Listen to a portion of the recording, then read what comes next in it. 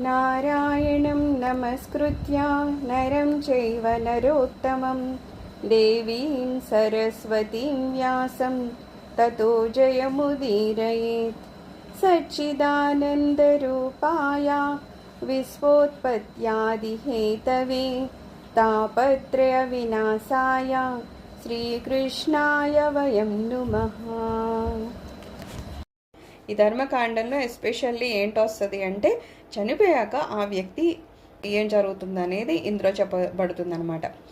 అందుకని ధర్మకాండను విన్నవాడు కాను చదివినవాడు కాను ఎవ్వరూ అధర్మపరుడు కాడు. యముడి దర్శనం చేసుకోడు. దర్శనం చేసుకున్న యముడి దివ్య మంగళ రూపాన్ని చూస్తాడు తప్పితే భయంకరమైన రూపాన్ని చూడ్డు. కాబట్టి నరకానికి వెళ్ళకూడదనుకున్న వారు శ్రద్ధగా ధర్మకాండని వినాలి, చదవాలి. నారాయణ చెప్పారంట, ప్రహ్లాదశ్చామి దైత్యానాం కాలః కలయతామహం మృగాణాం చ మృగేం ద్రోహం వైనతేయశ్చ పక్షినాము. అంటే రాక్షసుల్లో ప్రహ్లాదుడిని నేనే, వృక్షాలలో అశ్వత్థ వృక్షం అంటే రావి చెట్టుని కూడా నేనే, పక్షుల్లో గరుత్మంతుడు నేను అని ఈ విధంగా ఏ ప్రాణుల్లో తాను ఎవరో చెప్పారు కదా. కాబట్టి గరుత్మంతుడికి భగవంతుడికి తేడా లేదు. తన శక్తితో మరో రూపాన్ని ధరించాడు. అందువలన గరుత్మంతుడు అడిగిన ప్రశ్నలకు శ్రీహరి, వత్స నాయన చాలా అద్భుతమైన ప్రశ్నలు వేశావు. ఇవన్నీ యమలోకానికి సంబంధించినవి. నువ్వు అడిగినట్టే అసలు ఈ ప్రేతకాండేంటి, ధర్మం ఏమిటి, ఈ మానవ శరీరం ఏంటి, ఎందుకు వచ్చింది, ఎలా విడిచిపెడతారు, ఈ విశేషాలన్నీ అందజేస్తాను విను అని ఇక్కడ చెప్తారు కదా. గరుత్మంతుడికి భగవంతుడికి తేడా లేదట. అందుకని ఆయన ఏమడిగారో అన్నిటికీ నారాయణుడు సమాధానం చెప్పడం మొదలుపెట్టారనమాట. ఇక్కడ యమధర్మరాజు కానీ యమలోకం కానీ ఎలా ఏర్పడింది అనేది చెప్తున్నారు. మానవుల హితం కోసమని నేను యముడు అనే ఒక మహానుభావుడిని సృష్టించాను అంటున్నారు. మామూలుగా అయితే సృష్టి అనేది బ్రహ్మే చేస్తారు కదా. బ్రహ్మే సృష్టి చేసినప్పటికీ ఇక్కడ యమధర్మరాజు మాత్రం నా అంశతో జన్మించారు అంటున్నారు. యమధర్మరాజు ఎవరట? విష్ణువు అంశట. ఆయనకి యమలోకం అనే ఒక లోకాన్ని మళ్ళీ ఇంకోటి సృష్టించి ఇచ్చాను, దానికి ఆయన్ని అధిపతిని చేశాను అంటున్నారు. అలాగే సూర్యుడికి సంధ్యాదేవికి రెండో కుమారుడేమో వైవస్వతుడంట. సూర్యుడిని వివస్వాను అంటారట. అలాగే ఆయనకి మొదటి భార్య సంధ్యాదేవి, ఈమెకేమో వైవస్వత మనువు మొదటి కొడుకట. యమధర్మరాజేమో రెండవ కొడుకు అనమాట. సూర్యుడికి రెండవ కుమారుడు యమధర్మరాజు అనమాట. సో ఆ తర్వాత కూతురు పుట్టింది, ఆమె యమునాదేవి. యమునా నది అంటాం కదా, యమునా నది యమధర్మరాజుకి చెల్లెలు అని చెప్తారు కదా. సంధ్యాదేవికి అశ్విని దేవతలు జన్మించారు. అయితే యమధర్మరాజు ఏం చేశాడంటే చాలా తపస్సు చేశారంట, కాశీకి వెళ్ళారంట. ఆ విశ్వేశ్వరుని పూజించి అక్కడ ఒక లింగాన్ని ప్రతిష్ఠించారంట. దాన్ని ఏమంటాం?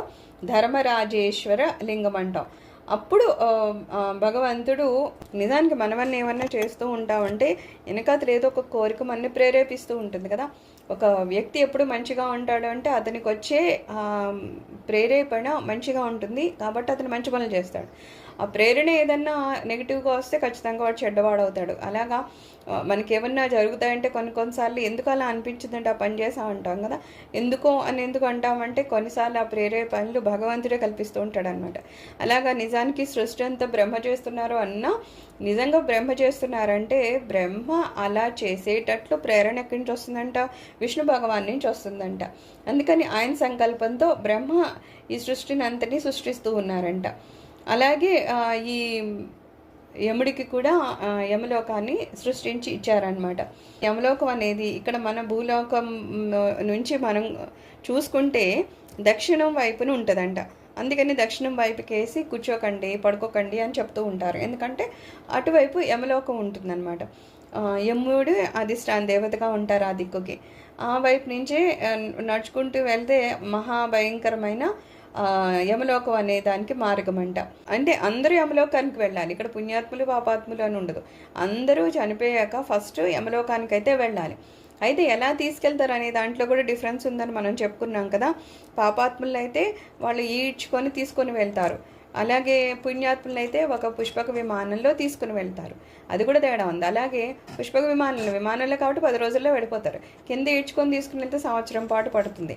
ఆ సంవత్సరము అందుకే ఇక్కడ ఎవరైనా చనిపోయినా సంవత్సరం పాటు ఇక్కడ మాస్కాలని అవన్నీ ఇవన్నీ ఆ సంవత్సరం పాటు ఏదో చేస్తూ ఉంటారనమాట. ఎందుకంటే వెళ్ళేవాడికి ఇవన్నీ సహకరిస్తాయని చెప్పి కదా. సో భూలోకంలో ఒక వ్యక్తి చనిపోతే యముడి దగ్గరికి వెంటనే వెళ్ళడు. సక్రమంగా ప్రేత కార్యక్రమాలు జరిగితే భూలోక కాలమానం ప్రకారం 1 సంవత్సరం పడుతుంది. ఉదాహరణకి ప్రభవ అని 1 సంవత్సరంలో ఆశ్వయుజ మాసంలో శుక్లపక్షంలో దశమి నాడు మరణించాడు అనుకుందాం. మళ్ళీ విభావ నామ సంవత్సరంలో ఆశ్వయుజ మాసంలో శుక్లపక్షంలో దశమి వచ్చేంత వరకు 1 సంవత్సరం అన్నమాట. ఈ ఏడాది కాలము దారిలో నడుస్తూనే ఉంటాడు జీవుడు. అయితే సరే, పుణ్యాత్ముడు ఎలాగో విమానం మీద డైరెక్ట్గా వెళ్ళిపోయారు, ఆయన పెద్ద ప్రాబ్లం లేదు. కానీ మరి పాపాత్ములు ఉన్నారు. యూజువల్లీ పాపాత్ములే ఎక్కువగా ఉంటారు కదా భూలోకం నుంచి వెళ్ళేవాళ్ళు. సో ఖచ్చితంగా 1 సంవత్సరం పడుతుంది. ఆ సంవత్సరం పాటు మరి వెళ్తున్నా అంటే మనకి ఈ శరీరం అయితే ఉండదు, ఖచ్చితంగా ఈ శరీరం ఉండదు. యాతనా శరీరం ఇచ్చినా సరే దానికి కూడా ఆకలి, దప్పిక, కష్టము అన్నీ ఉంటాయన్నమాట. అందుకని వాళ్ళకి అలా దాహం వేసేసి ఆకలేస్తూ ఉంటుందంట. పైగా ఆ కింద నుంచి అలా లాక్కుని పోతూ ఉంటారేమో, ఆ కత్తులు అవన్నీ గుచ్చుకొని ఆ బాధ ఒకటి, ఇంకా అలా బాధపడుతూనే ఉంటారు. ఆ టైంలో పోలే దాహం వేస్తుంది, కాస్త మంచినీళ్ళు తాగుదామా అని అనిపిస్తుందట, ఆకలేసిన ఏమైనా తిందామా అనిపిస్తుందట. అలా అనిపించినా వాళ్ళు అక్కడి నుంచి చెప్పలేరు. కాబట్టి ఆల్రెడీ ఋషులు ఇవన్నీ దర్శించి, లేకపోతే ఇలాగా విష్ణు భగవానుడు గరుత్మంతుడు చెప్తే గరుత్మంతుడు మనందరికీ ముందు తెలియజేశారు. వెళ్ళిపోయిన వాళ్ళు వాళ్ళకి ఏమవుతుందో అనేది మనకు తెలియదు. వాళ్ళకి నిజంగా కావాలన్నా మనకి తెలియకపోతే వాళ్ళు అలాగే ఇంకా ఇంకా కష్టపడతారని చెప్పేసి ఇవి కొన్ని మనకు సూచించారనమాట. అందుకని వెళ్ళిన వాళ్ళకి ఏంటేం చేయాలా అనేవి చెప్పబడితే అవన్నీ ఇక్కడ నిజంగా సంస్కారం ఉన్నా లేకపోతే వీటి గురించి తెలిసినా వాళ్ళు చేసి ఎవరైతే పితృలు వెళ్ళిపోయారో వాళ్ళకి ఏదో కాస్త సుఖం కలిగించే విధంగా యువతల వాళ్ళు దానాలు చేసి వాళ్ళకి కాస్త సహకరిస్తారు. లేదు అసలు అది తెలియలేదు, వెళ్ళిన పితృలకి తెలియదు, ఇక్కడ ఉన్న వాళ్ళకి తెలియదు అంటే వాళ్ళు ఇంకా ఇంకా ఇంకా నరకాన్ని చూస్తారనమాట. అయితే ఏమంటున్నారు ఆయన, శ్రీమన్నారాయణ ఈ విధంగా మొదలుపెట్టాడంట. ఇవన్నీ మనిషి జీవితానికి సంబంధించిన విశేషాలు. మరణానంతరము విశేషాలకు సంబంధించినవి. మానవుడికి సులభంగా మార్గంలో ఆహారం లభించే అవకాశం పుత్రులు ఇస్తారు. పుత్రాత్ లోకాంజయతి, పుత్రుని వలన సద్గతులు పొందుతారు. ఒక వ్యక్తి మరణించాక అతని కుమారుల శవాన్ని భుజం మీద మోసి శ్మశానానికి తీసుకొని వెళ్ళి దహన సంస్కారం చేస్తాడు. ఆ తర్వాత 10 రోజులు చేయాల్సిన క్రియలన్నీ చేస్తాడు. ప్రతి నెల వచ్చే పిండ ప్రదానం మాసికం అనే పేరుతో నిర్వహిస్తాడు. సంవత్సర కాలం పాటు 12 మాసికాలు మధ్యలో ఊనమాసికం చేస్తాడు. 3 రోజులు సంవత్సరిక కార్యక్రమాన్ని నిర్వహిస్తాడు. ప్రతి సంవత్సరం తాను బ్రతికి ఉన్నంతకాలం తన తండ్రి ఏ తిథిన చనిపోయారో ఆ తిథి నాడు పిండ ప్రదానం చేస్తాడు. ఆ దినాన్ని తద్దినము అంటారు. తత్ అంటే ఆ దినం అంటే రోజు, తద్దినం అని అర్థం అనమాట. నేటి కాలంలో తద్దినం అనే పదాన్ని వాడడానికి భయపడుతున్నారు. యద్దినము ఏ రోజు శుభప్రదము, తద్దినము మంచి రోజు అని కూడా పెద్దలు చెప్పారు. మహాభారతంలో శ్రీకృష్ణుడు పుట్టిన తద్దినంన అంటే కృష్ణ పరమాత్మ పుట్టిన తిథి నాడు అని అర్థము. చనిపోయిన తిథి రోజు పిండ ప్రదానం చేస్తారు. అయితే ఇక్కడ ఇంకా శ్రీమన్నారాయణ మొదలుపెట్టారంట మరణానంతర విశేషాలు ఎలా ఉంటాయి అని చెప్పేసి. అయితే మానవుడు ఈ సులభంగా మార్గాల్లో వెళ్ళడానికి ఆహారం లభించే అవకాశాలు అక్కడేం ఉండవు. కాబట్టి ఇక్కడ వాళ్ళ పిల్లలు ఏం చేయాలి, పుత్రులు ఏం చేయాలని దాని మీద ఇవన్నీ చెప్తున్నారంట. పుత్రాత్ లోకాంజయతి, పుత్రుని వలనే సద్గతులు పొందుతారంట. అక్కడ ఆయన ఏదో చేసుకున్నారో పాపుణ్యాలు దానివల్ల పొందుతారా అనేది ఒక పక్కన పెడితే, ఆ తర్వాత ఇక్కడ వాళ్ళ పుత్రులు కూడా ఏం చేస్తారో దానివల్ల కూడా ఆయనకి సద్గతులు కలుగుతూ ఉంటాయంట. ఒక వ్యక్తి మరణించాక అతని కుమారుడు ఆ శవాన్ని భుజం మీద మోసి శ్మశానానికి తీసుకెళ్లి దహన సంస్కారం చేస్తాడు. ఇది కూడా ఇప్పుడు తప్పిపోయింది కదమ్మా. శవాన్ని భుజం మీద తీసుకెళ్ళడము, దహన సంస్కారం అయ్యి లేకుండా వదిలేసే వాళ్ళు కూడా ఉన్నారు కదా, అది అప్పుడు అర్థమవుతుంది కదా. అలా వదిలేసి ఏదో శవమే కదా, ప్రాణం పోయింది కదా అని వదిలేస్తే ఆ తర్వాత ఎవరైతే చనిపోయారో వాళ్ళకి గతులు ఎలా వస్తాయి, సద్గతులు రావు. అందుకని ఏంటంటే చెప్పడం అనేది కూడా చాలా ఇంపార్టెంట్. మనకంటారు బతుకున్నప్పుడు అడుక్కున్నది తింటాం, చనిపోయాక అడిగినా వినేవాడు ఎవడు ఉండడని. అందుకని ముందు నుంచే చెప్పాల్సిన అవసరం ఉంది దీని ఇంపార్టెన్స్ ఏంటనేది. పుత్రులు చేయాల్సింది ఏంటి, మరణానంతరం కూడా ఏమవుతుంది అనేది చెప్పాలి. సో అలాగా ఆ వ్యక్తి రావాలంట, కొడుకు శవాన్ని భుజం మీద మోసుకెళ్ళాలంట, దాన సంస్కారాలు చేయాలంట. ఆ తర్వాత 10 రోజులు క్రియలు చేయాలి. అలాగే ప్రతి నెల కూడా పిండ ప్రదానం చేయాలి, దాన్ని మాస్కు అంటాము. అలాగే సంవత్సరం పాటు అంటే 12 నెలలు 12 మాసికాలు చేయాలి. మధ్యలో ఊనమాస్కం చేయాలి. అలాగే 3 రోజులు సంవత్సరిక కార్యక్రమం, సంవత్సరం అయ్యాక ఆ సంవత్సర కార్యక్రమం అంటారు కదా, అది 3 రోజులు చేయాలంట.